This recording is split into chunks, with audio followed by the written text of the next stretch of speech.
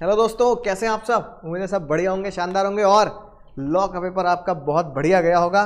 जैसे सभी बच्चों ने बोला, मुझे पर्सनली चैट में ही बोला कि सर बिल्कुल सही गया पेपर, और उम्मीद है कि आप बहुत जल्द इसका की आंसर डाल देंगे। तो मैं आपके साथ आया हूँ लॉ का आंसर की डिस्कस करने के लिए कि लॉ का पेपर अगर आया तो कहाँ से आया और कौन से सेक्शन से हमें क्वेश्चन पूछे गए हैं और हमें उनका कैसे जवाब देना था। तो आपको लगा सर कितना लड्डू पेपर था, कितना हलवा पेपर था। और साथ में मैं आपको दिखाऊंगा कि अपनी बुक, जो मैं आपको कलर बुक देता हूं, अपनी कॉमिक्स, जो लॉ की कॉमिक्स हम आपको देते हैं, उस कॉमिक्स के अंदर ये चीजें कहाँ मिलेंगी आसानी से। तो सर पहला क्वेश्चन को अगर आप देखें, जैसा मैं आपको बताता हूं कि पहले क्वेश्चन के सीधा क्वेश्चन के आखिरी पॉइंट पे जाओ कि वो पूछ क्या रहा है। तो इस सिचुएशन में पूछ रहा है कि एप्रोप्रिएशन बताओ कैसे करना है, कॉन्ट्रैक्ट एक्ट के हिसाब से एप्रोप्रिएशन बताया जाए। अब कई बार बच्चे को होता है सर टाइम बार डेट, हाँ बिल्कुल सही बात है, टाइम बार डेट के बारे में आपने, है ना, सेक्शन, है ना, 25(3) में पढ़ा होगा। याद है बात, टाइम बार डेट 3 साल अगर निकल जाते हैं तो उसके बाद आपको रिटन में लेना है, साइन करा के लेना है कि भाई मैं आपको पेमेंट दे रहा हूं, तो नो कंसीडरेशन स्टिल कॉन्ट्रैक्ट के तहत आप कर सकते हैं। तो इस क्वेश्चन में कहा गया ये टाइम बार डेट है, ये टाइम बार डेट है और ये इस तरीके से पेमेंट ड्यू है। तो इस क्वेश्चन में हमने जब एप्रोप्रिएशन की बात करी तो एक्चुअली में क्वेश्चन पूछा गया सेक्शन 61 से, यानी पहले मुझे डिफाइन करना था सेक्शन 59, 60 एंड सेक्शन 61। क्या बोला? 61 सर बोला 61। तो 61 से डिफाइन करना था। क्यों? क्योंकि वो क्या कहा गया, assuming T also has not appropriate the amount, है ना, क्वेश्चन आपके पास है, आपने सबने ढंग से पढ़ा है कि टी ने एप्रोप्रिएट नहीं किया, तो है ना हम क्या करेंगे 61 से डिसाइड करेंगे, जिसे मैं आपको क्लास के टाइम पे सेम क्वेश्चन मैंने कराया, बस सेम क्वेश्चन कराया है। किसका एग्जांपल देखे कि एक मोबाइल है, एक पेन है, एक कैलकुलेटर है, या फिर एक चूहा है, चूहा याद आ गया बात, अरे हाँ सर यही तो कराया था आपने, यही तो दिखाए थे, बस। और मोबाइल की 10,000 की पेमेंट है, इसकी 15,000 की है, इसकी 5,000 की है। तो हम क्या करेंगे, अगर कुछ भी नहीं, पहले डेटर बताएगा, अगर क्रेडिटर भी नहीं कर पा रहा तो फीफो मेथड लगाएंगे। मैंने कहा था एग्जाम में फीफो मेथड लिखना मत, पर अपनी खोपड़ी में, अपने घुटनों में, अरे भगवान ने 2 ही घुटने दिए हैं, 2 में 2 पेपर, 2 में 2 पेपर समाने थे, तो अपने घुटनों में डाल देना, फीफो मेथड लगाएंगे।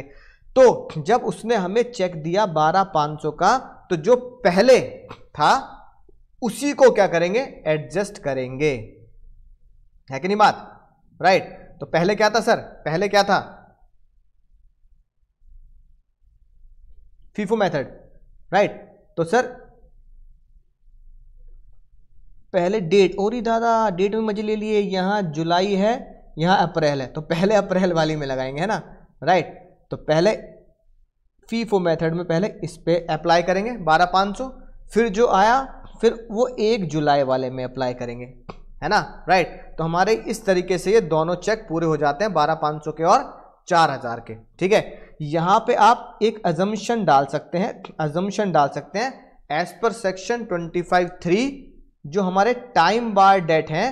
टाइम बार डेट क्या है, time bar date is valid या become valid as per section 25 subsection 3। इसके हिसाब से टाइम बार डेट भी एलिजिबल है पेमेंट के लिए, तो फिर टाइम बार डेट को भी हम कंसीडर करेंगे। तो ये छोटा सा 25(3) के हिसाब से आप डाल सकते हैं, नो कंसीडरेशन स्टिल कॉन्ट्रैक्ट में टाइम बार डेट को भी हम क्या कर रहे हैं सर, पेमेंट के लिए एलिजिबल मान रहे हैं, राइट। तो सिंपल क्वेश्चन था सर, क्लास का ही क्वेश्चन था, ठीक है, अमाउंट का डिफरेंस रहा होगा।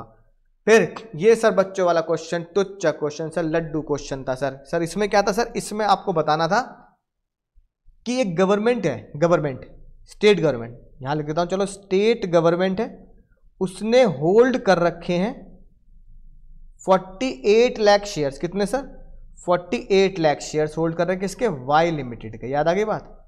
और वाई लिमिटेड है, वाई लिमिटेड ने होल्ड कर रखे हैं कितने शेयर सर, 2,50,600 शेयर होल्ड कर रखे हैं जेड प्राइवेट लिमिटेड के, है ना, जेड प्राइवेट लिमिटेड के, बात समझ में आ गई। हाँ सर, जेड प्राइवेट लिमिटेड के होल्ड कर रखे हैं। अब ध्यान से अगर देखो तो इसमें 2 क्वेश्चन पूछे गए बहुत आसान, और ये मैंने क्लास में बहुत अच्छे से डिस्कस किया था कि दोनों की परसेंटेज पहचानना, इसलिए परसेंटेज में लिख के लाया हूं आपके लिए पहले से ही ताकि याद आ जाए।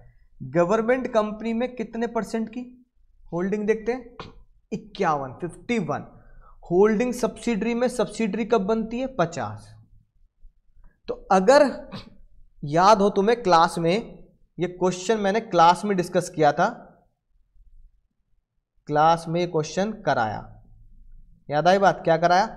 अगर किसी के 50.50, 50.2, 50.7, 50.6 है ना, इतने परसेंट की होल्डिंग है किसी कंपनी के अंदर, राइट, तो वो कंपनी सब्सिडरी तो हो जाएगी, क्योंकि सब्सिडरी में 50 तोला है कि नहीं बात, राइट, उससे ज्यादा चाहिए।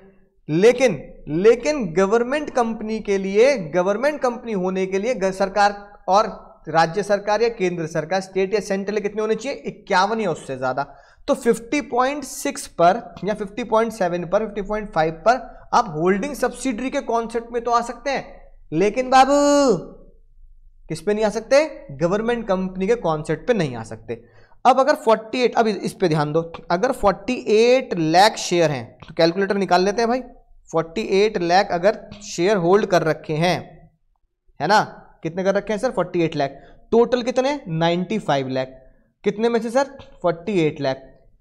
तो 48 लाख डिवाइड बाय 95 लाख, ठीक है, कितना हो गया सर? ये हो रहा है सर 50.5, यानी 50.5%, जो अभी अपने क्वेश्चन में मैंने तुम्हें बताया 50.5%।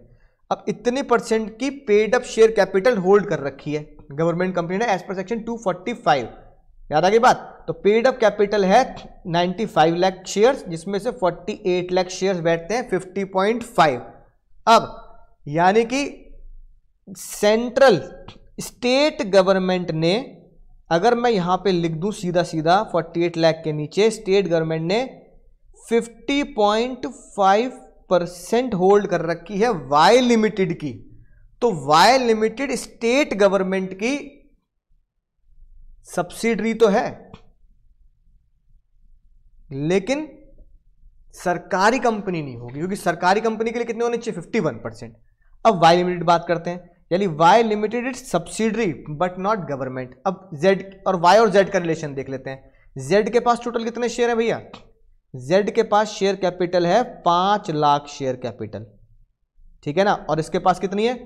2.5 लाख से ऊपर, राइट, 2,50,000 से ज्यादा, 600 ज्यादा है, ठीक है ना, और जिसके पास जेड के कितने हैं? 5 लाख। तो ये भी क्या हो गया सर? मोर देन 50% हो गया वोटिंग पावर, शेयर कैपिटल। तो ये जेड लिमिटेड भी क्या हो गई सर? सब्सिडरी हो गई। यानी जेड लिमिटेड सब्सिडरी है वाई की, और वाई लिमिटेड सब्सिडरी है गवर्नमेंट की। तो भैया क्या तुम्हें याद है, ये वाला गाना गाते हुए, बेटे का बेटा भी बेटा ही होता है। ये डायलॉग मैंने तुम्हें क्लास में बहुत बढ़िया तरीके से लिखवाया था, है ना, कि भैया दद्दू है, बेटा है, तो बेटे का बेटा भी दद्दू का बेटा ही कहलाया जाता है, राइट। तो यहां पर Z limited is subsidiary of Y as well as Z limited is subsidiary of central government. तो क्या पूछ रहा है भैया? वो क्या पूछ रहा है?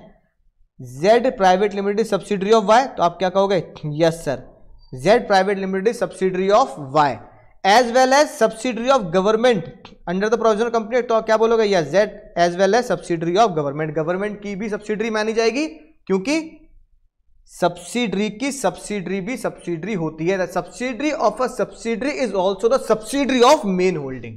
ये बात हमने जो क्लास में डायलॉग लिखा था, ये हमें एग्जाम में लिख के आना, बहुत बढ़िया सर, समझ गए सर, बहुत ही सिंपल कॉन्सेप्ट था। सेक्शन आपको याद आए या ना आए एग्जाम में, उसकी कोई दिक्कत वाली बात नहीं है। As per the provision of company act 2013 आप लिख सकते हैं। अगला sir question, direct question sir, implied warranty. अब बताओ इससे टुच्ची क्या बात होगी सर? सीक्रेट कोड इसका मैंने तुम्हें लिखवाया था, इंप्लाइड वारंटी का, जॉनी डेप। याद आ गई बात? Johnny Depp. तो जॉनी डेप सीक्रेट कोड को आप सीधा लिख के आना था, बिल्कुल डायरेक्ट क्वेश्चन। अब सर याद आया होगा जो मैंने कहा था भैया, छोटा पैकेट बड़ा धमाका। ये छोटे पैकेट होते हैं, धमाके इसमें बड़े हो जाते हैं sir. Traffic in public office और स्टिफलिंग ऑफ प्रोसिक्यूशन 7 नंबर में आ गया, ठीक है ना, राइट। और एक चेंज इन पार्टनर्स ये 5 नंबर में आ गया। कुछ बच्चों को लगा होगा सर इसमें हमारे पास आंसर याद है, डेटा कम है, तो हो सकता है कुछ बच्चे इसे एग्जाम में स्किप कर दें, लेकिन ये बिल्कुल दोनों ही डायरेक्ट क्वेश्चन है और मैं तुम्हें दिखाता हूं कहां से, अपने नोट से दिखाता हूं कहां से है सर। सबसे पहले हमारा चैप्टर नंबर 6 ये रहा सर, निकाल के दे रखा है, स्टिफलिंग ऑफ प्रोसिक्यूशन, ये लिखी बात सर। सेक्शन कौन सा है सर? सेक्शन 23 अपना, याद आ गई बात? 23 हम पढ़ रहे हैं, agreement oppose to public policy. तो सबसे पहले मुझे 7 नंबर का क्वेश्चन आया, 7 नंबर का क्वेश्चन है, तो सबसे पहले मुझे इसको डिफाइन करना था कि पब्लिक पॉलिसी क्या होती है, क्योंकि पब्लिक पॉलिसी बताऊंगा तभी तो उसके अंदर घुसूंगा। तो पब्लिक पॉलिसी में देखो इतना डेटा मैंने तुम्हें अपनी कॉमिक्स में लिख के दिया सर। फिर सीधा पॉइंट नंबर 2 पे आओ, स्टिफलिंग ऑफ प्रोसिक्यूशन। अब ये बात देखो, स्टिफलिंग ऑफ प्रोसिक्यूशन में देखो कितनी सारी चीजें अपनी किताब में हैं, ठीक है ना, राइट। ये वाली बात, ये मैंने डायलॉग तुम्हें कहा था कि one of my favourite dialogue है लॉ का, है ना, तो इसलिए मैंने क्लास में तुम्हें कहा भी था इसे याद कर लेना। मेरी इच्छा है तुम इसे याद कर लो, और इत्तेफाक से एग्जाम में यही टपक गया। You can not make the trade off your crime, तुम अपने ही क्राइम का, अपने ही अपराध का व्यापार नहीं कर सकते कि ये ले पकड़ पैसा और मेरे खिलाफ गवाही मत दे, और ये ले पकड़ पैसा, है ना, भूल जा सब कुछ, है ना। One of my favourite dialogue exam में लिखने के लिए आ गया। फिर चाहे आप ये वाला एग्जाम्पल लिख दें, है ना, चाहे आप ये वाला लिख दें, ध्यान से आप इसे लिख सकते थे। तो भैया 7 नंबर में क्वांटिटी के ऊपर आईसीएआई भरोसा नहीं करता, क्वालिटी के ऊपर करता है। क्वालिटी में आपने क्या लिखा कि अपोज टू पब्लिक पॉलिसी क्या होता है और स्टिफलिंग ऑफ प्रोसिक्यूशन क्या होता है। फिर अगली बात क्या पूछ रहा है वो, ट्रैफिक इन पब्लिक ऑफिस, ये पूछ लिया, सीधा डायरेक्ट क्वेश्चन ये पूछ लिया, बताओ, राइट। ये वाला केस लॉ मैंने कहा था, हाँ मुझे याद है क्लास में, कि अगर आपको एक केस लॉ याद ना हो पर तो एग्जाम में ऐसे लिख के आ जाना, एज पर डिसाइडेड केस। तो as per decided case public office, ये उन्हीं बच्चों के लिए खास इंफॉर्मेशन है जो बच्चे कहते हैं सर ये तो आईसीएआई किताब में है नहीं, सर ये वाला भी एग्जाम्पल आईसीएआई किताब में नहीं। आपने अपनी कॉमिक्स के अंदर केस लॉ भी एक्स्ट्रा दे रखे हैं, आपने एग्जाम्पल भी एक्स्ट्रा दे रखे हैं। आज आपको ये बात समझ में आ चुकी होगी कि अगर आईसीएआई में सिर्फ इतना सा ही डेटा दे रखा है तो मैं 7 नंबर में लिखूंगा क्या, 7 नंबर में लिखूंगा ये वाला केस, ये वाला केस, ये वाला केस, राइट। इस अगर आप देखोगे, अब अगर ध्यान से देखो तो ये पूरा डेटा जो आपके स्क्रीन पे दिख रहा है, फिर ये पूरा डेटा जो आपकी स्क्रीन पे दिख रहा है, और ये इसकी हेडिंग मेन जो स्क्रीन पर दिख रही है oppose to public policy, simple 7 number में फ्री के नंबर है विद एग्जाम्पल और आसानी से केस लॉ। बोलो समझ गए सर, मजा आ गया सर, बहुत ही ज्यादा मजा आ गया सर, ये तो है ना। अगला सर, चेंज इन पार्टनर्स। अब चेंज इन पार्टनर्स, है ना, क्लास में मैंने क्या बोला था, पार्टनर, इसका एग्जाम्पल मैं तुम्हें बताता हूं मैंने क्लास में क्या बोला था, जब तुम्हें याद आ गई होगी बात, और सभी बच्चे खुश हो गए, कहने लगे सर आपका एग्जाम्पल याद आ गया, शादी के बाद, शादी के फल से, कभी मैच के शादी के बाद, है ना। कई बार ऐसा होता है कि लड़कियां नाम चेंज कर लेती हैं, सरनेम कर लेती हैं चेंज, सरनेम चेंज, याद आई बात, है कि नहीं बात, राइट। फिर मैंने तो अपनी कहानी बताई, सर आपने पूछा सर आपके अभी ऐसा हुआ, मैंने कहा पर मेरे ऐसा नहीं हुआ भाई, मेरी वाइफ है, उनका नाम है, सरनेम उनका जैन है, तो वो अग्रवाल नहीं लगाती, मैं अंकुर अग्रवाल हूँ, तो वो आज भी शादी के बाद भी उनका सरनेम चेंज नहीं कराया, क्योंकि सरनेम चेंज करने में बहुत लंबा प्रोसेस होता है, जो प्रोसेस मैं अब तुम्हें दिखाने वाला हूँ। इसलिए हमने बोला कि भैया सरनेम चेंज करने में कुछ रखा, कोर्ट कचहरी के चक्कर काटो, नाम अपना सेम ही रखो, जैन लगाते हो जैन ही लगाते रहो, सरनेम चेंज नहीं करेंगे। अगर फिर भी वो कह रही है नहीं मैं तो सरनेम चेंज करूंगी, मैं तो अग्रवाल लगाऊंगी, तो हमने उनसे बोला था भैया अग्रवाल अगर लगाना है तो मैंने बोला तुम सबकी भाभी से कि भैया मेरे सभी प्यारे बच्चों की भाभी, अग्रवाल लगाना है तो 25 को फॉलो करना है, अग्रवाल लगाना है तो 25 को फॉलो करना है, नाम चेंज करना है तो सेक्शन 25 को फॉलो करना है। बिल्कुल सेम डायलॉग तुम्हें क्लास में जब बोले थे तो अब तुम्हें याद आ गए होंगे। 15 दिन का खेल शुरू हमने किया था। तो रजिस्ट्रेशन और change in name, simple direct section 25 पूछ लिया, ये वाला पॉइंट सर याद आ गई बात। और फिर मैंने कहा था भैया ये पेनल्टी जरूर याद कर लेना कि पेनल्टी में चेंजेस हो जाते हैं, तो ये हम ध्यान से याद करेंगे। बिल्कुल सिंपल 4-5 पॉइंट लिख के आने थे, पूरे में से पूरे नंबर मिलेंगे, बताओ क्वेश्चन नंबर 2 में दिक्कत बताओ, कोई दिक्कत नहीं है, एग्जाम में तुम्हें ये सारे डायलॉग याद आए हैं, बच्चों के मैसेज आ गए थे, सर आपका ये वाला डायलॉग, भाभी जी का नाम याद आ गया था कि भाभी जी ने अपना नाम चेंज नहीं किया, चेंज करती तो 25 को फॉलो करना पड़ता, एग्जाम में वही सेक्शन सर आपका टपक गया। सर बताओ सर, मजा आ गया सर, बताओ। 7 और 5 फ्री के नंबर पूरे पक्के हो गए। 2 क्वेश्चन हो गए भैया, हो गए सर। तीसरे पे आते हैं सर, इम्प्लाइड अथॉरिटी। बताओ इम्प्लाइड अथॉरिटी डायरेक्ट क्वेश्चन, और कौन कौन चीजें होती है इसमें इम्प्लाइड अथॉरिटी नहीं करते, सीधा डायरेक्ट लड्डू क्वेश्चन आ गया सर। लड्डू क्वेश्चन आ गया, नहीं आ गया सर?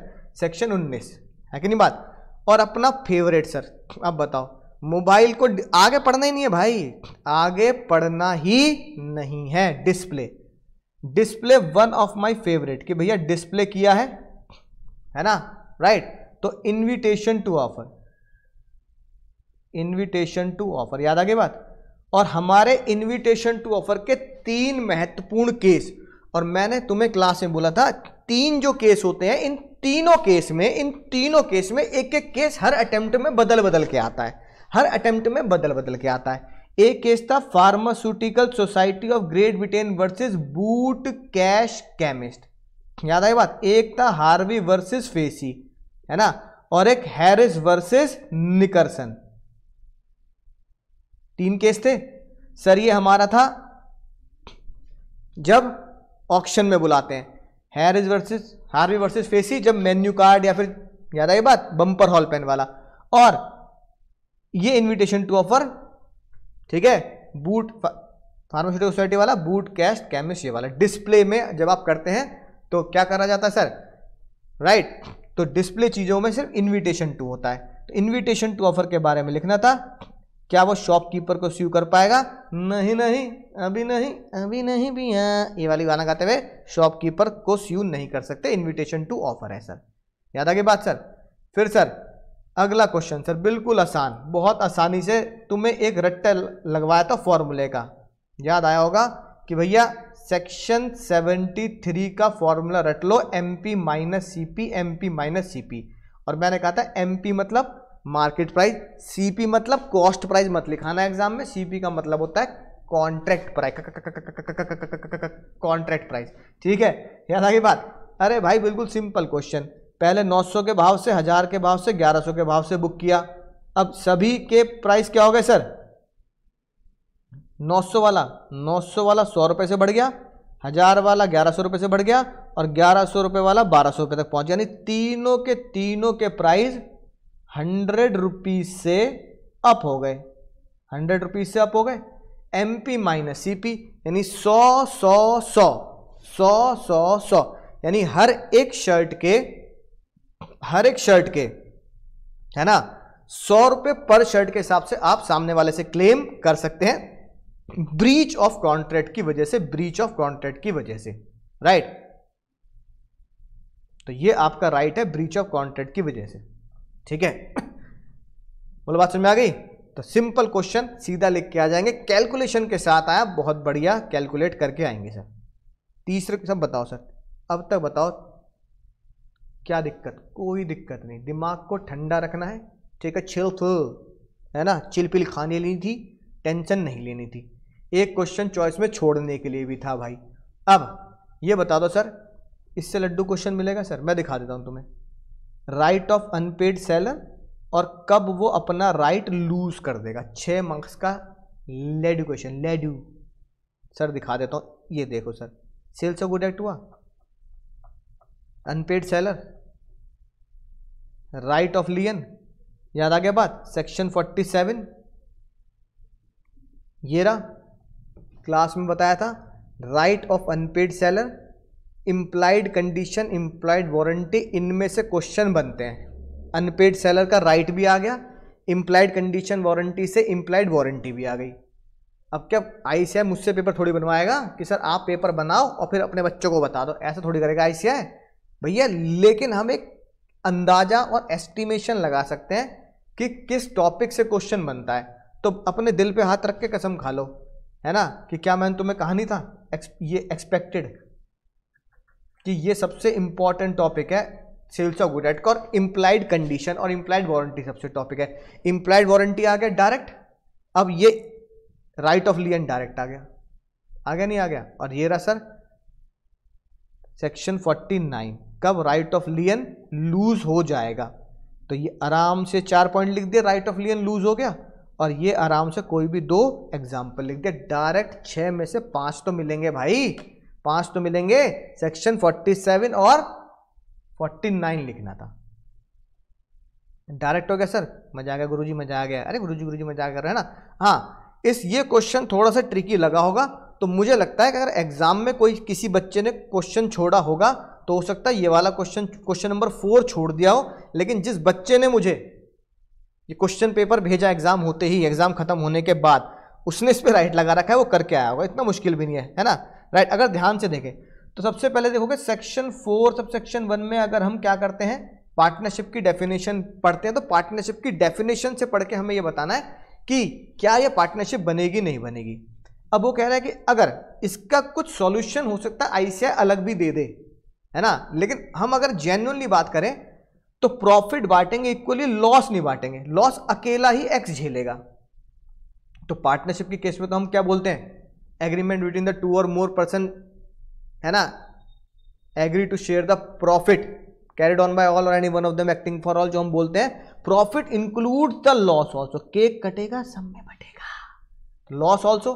तो इसके हिसाब से पार्टनरशिप नहीं होनी चाहिए, क्योंकि पार्टनरशिप में प्रॉफिट के साथ साथ लॉस भी इक्वली बढ़ता है अगर जनरल टर्म में देखा जाए। जब तक कि स्पेसिफिकली पार्टनर में एंट्री ही, है ना हो कि एक्स ही सिर्फ लॉस झेलेगा, है ना, यानी कि जब तक एक्स और Y partners in profit only ना बन जाए, जब तक एक्स और Y partners in profit only ना बन जाए कि एक्स और वाई तो प्रॉफिट ही झेलेंगे, है ना, सॉरी, जब तक वाई और Z partners in profit only ना बन जाए कि भैया वाई और जेड तो प्रॉफिट ही लेंगे, लॉस सिर्फ एक्स लेगा, है ना, तब तक अगर जनरल टर्म में बात करें, ऊपर के टर्म में बात करें, जनरल टर्म में बात करें, तो फिर ये पार्टनरशिप नहीं है, क्योंकि पार्टनरशिप में लॉस भी झेलना होता है इक्वली। अगर प्रॉफिट इक्वली है तो लॉस भी ऑटोमेटिकली झेलना आपको। ठीक है, अगली बात ये कह रहा है सर, पब्लिश करूंगा किताब को, वाई को आधा पैसा दे दूंगा, क्या ऐसा करने पर एक्स और वाई पार्टनर बनते हैं? सर मेरे हिसाब से तो यहां पे भी एक्स और वाई पार्टनर नहीं बनेंगे, क्योंकि क्या होना चाहिए सर, म्यूचुअल एजेंसी का कुछ कॉन्सेप्ट लगना चाहिए कि म्यूचुअल एजेंसी भी होनी चाहिए, कि यहाँ पे म्यूचुअल एजेंसी मुझे नजर नहीं आती है कि नहीं बात, एक के बिहाफ पर दूसरा काम करेगा, ऐसा नहीं, म्यूचुअल एजेंसी होनी चाहिए, यानी कि केक कटेगा समय बटेगा, मतलब एक का काम दूसरे भी झेलेंगे, पूरी फर्म मिलकर झेलेगी। तीसरे में क्या कह रहा है सर, तीसरा थोड़ा बिल्कुल सिंपल, रेंट बांट रहे हैं। अगर रेंट बांट रहे हैं तो मैंने आपको क्लास में भी एक बात लिखवाई थी कि रेंट तो को-ओनर में भी, को-ओनर्स में भी रेंट बांटा जाता है भाई, को-ओनर्स में भी तो रेंट बांटा जाता है। अरे भैया को-ओनर में रेंट बांटा जाता है, डैडी मम्मी है नहीं घर पे, मेरे तो घर पे है भाई, है ना, राइट। तो भैया डैडी मम्मी एक मकान के को-ओनर होते हैं तो आपस में रेंट बांटते हैं, जरूरी नहीं कि वो पार्टनरशिप हो, है ना। तो सेक्शन 6 के हिसाब से आपको याद आ रही होगी बात, म्यूचुअल एजेंसी ज्यादा इंपॉर्टेंट है, खाली रेंट का बांट लेना ही पार्टनरशिप को जन्म नहीं देता। तो मेरे हिसाब से सिंपल लॉजिक में तीनों में ही पार्टनरशिप नहीं बनती है। आईसीआई का जब आंसर आएगा तो देखना पड़ेगा कि आईसीआई इसको किस एंगल से देखता है। जनरल एंगल से तो तीनों में पार्टनरशिप नहीं बनती है। सर बताओ, 4 हो गए, 5 क्वेश्चन पे आते हैं। ठीक है, अब देखेंगे ध्यान से सर क्या लिखा है, क्वेश्चन को देखो क्या लिखा है, फर्नीचर, है ना। अब ये क्वेश्चन कुछ बच्चों को थोड़ा ट्रिकी लगा होगा, वाई लास्ट इन कैसे जा रहा है सर। अब तुम्हें एक चीज दिखाऊंगा तुम्हें, बहुत ही गजब की चीज, इंस्टॉलमेंट सिस्टम पे काम हो रहा है सर। इंस्टॉलमेंट सिस्टम को ही हम क्या बोलते हैं, हायर परचेज। याद आई बात, अपनी गाड़ी स्कूटी हम लेते हैं तो ईएमआई को हम हायर परचेज इंस्टॉलमेंट बोलते हैं। अरे सर याद आ गई बात, इंस्टॉलमेंट सिस्टम में ही ओनरशिप कब जाती है, प्रॉपर्टी ओनरशिप जाती है जब आप आखिरी इंस्टॉलमेंट पे करते हो। बोलो बाबू, अरे हाँ सर। अब कई बच्चे कहेंगे सर ये तो गुड फेथ में खरीदा, भोलू निकला भोलू। तो यहां पे कॉन्सेप्ट आ गया हमारा सेल बाय नॉन ओनर, आ गया नहीं आ गया। हायर परचेज का भी कॉन्सेप्ट दिख रहा है, और उसने सेल कर दी तो सेल बाय नॉन ओनर का भी कॉन्सेप्ट दिख रहा है, दोनों कॉन्सेप्ट दिख रहे हैं।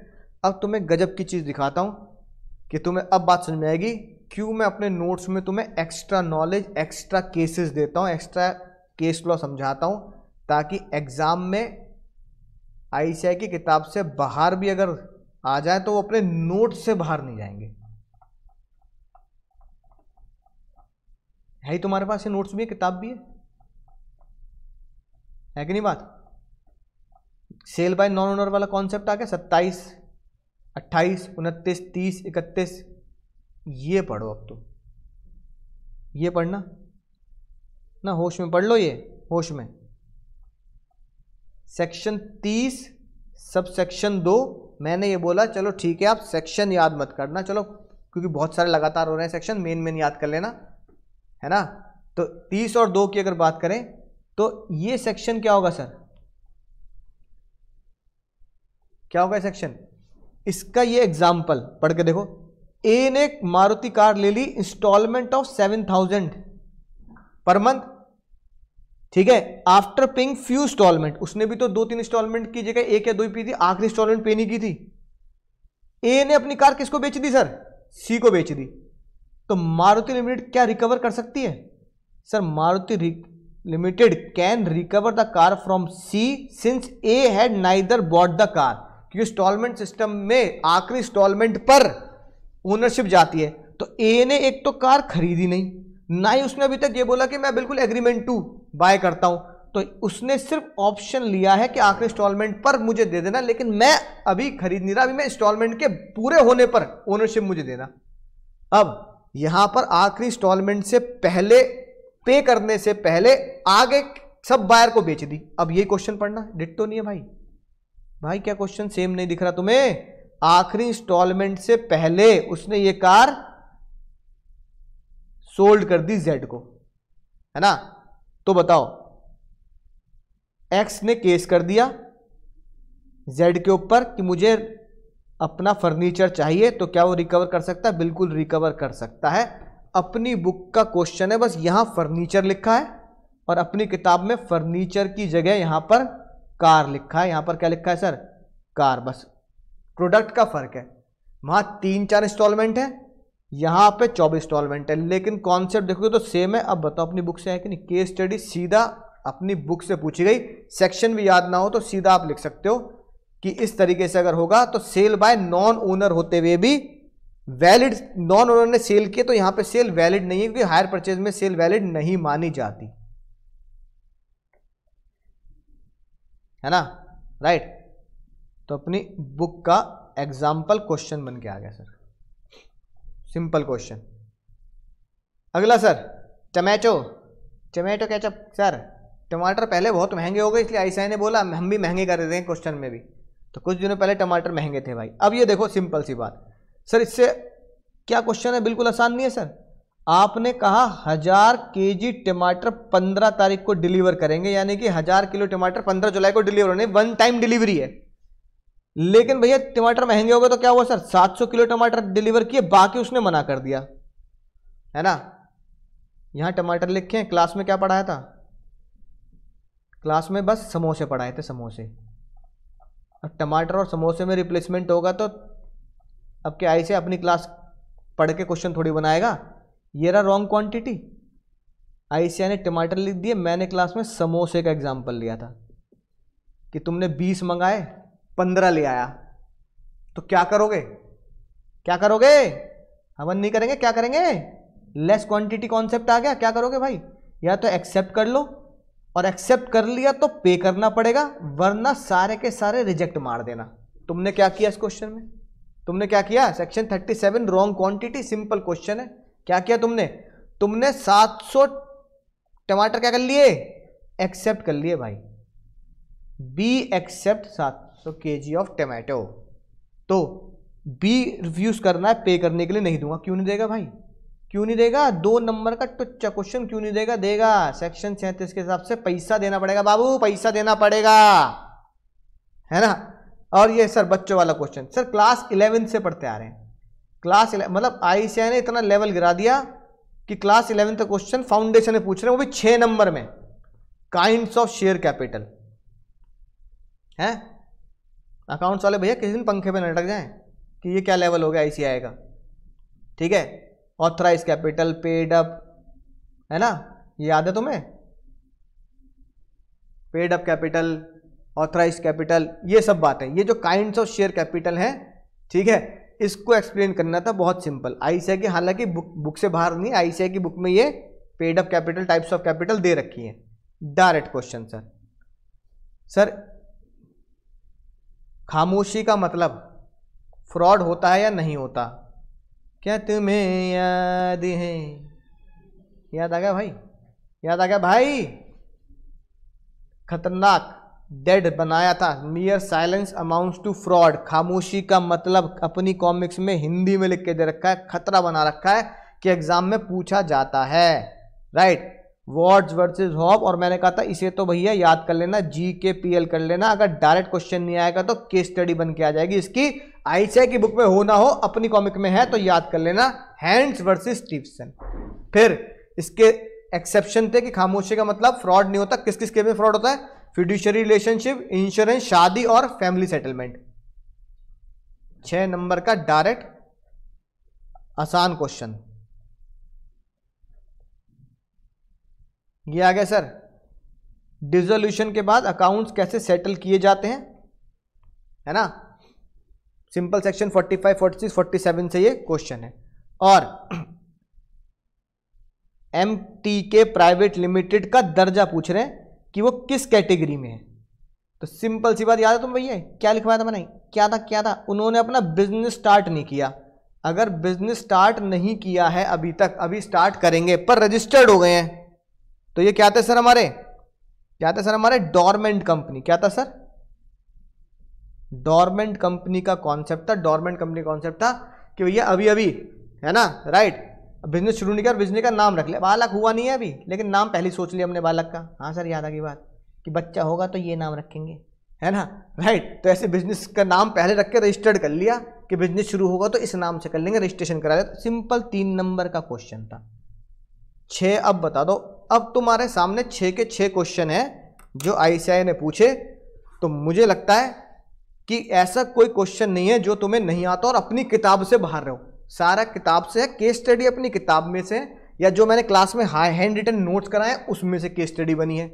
अगर तुम्हें लगता है अगर मैं होता तुम्हारी जगह मुझे कौन सा क्वेश्चन छोड़ना चाहिए, मैं अगर होता तो हाँ, मैं पर्सनली अगर मैं होता एग्जाम में बैठा तो मैं 5 को स्किप करता।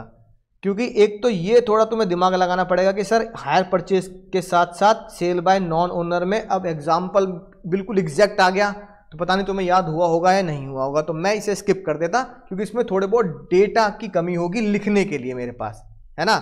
ये हाँ फिर भी आसान था कि भाई डिलीवरी ऑफ लेसर क्वांटिटी, पर मैं इसको स्किप करता। बाकी मुझे नहीं लगता, सिर्फ इस क्वेश्चन को छोड़कर कि आपको थोड़ा कहीं दिमाग लगाना पड़ा होगा।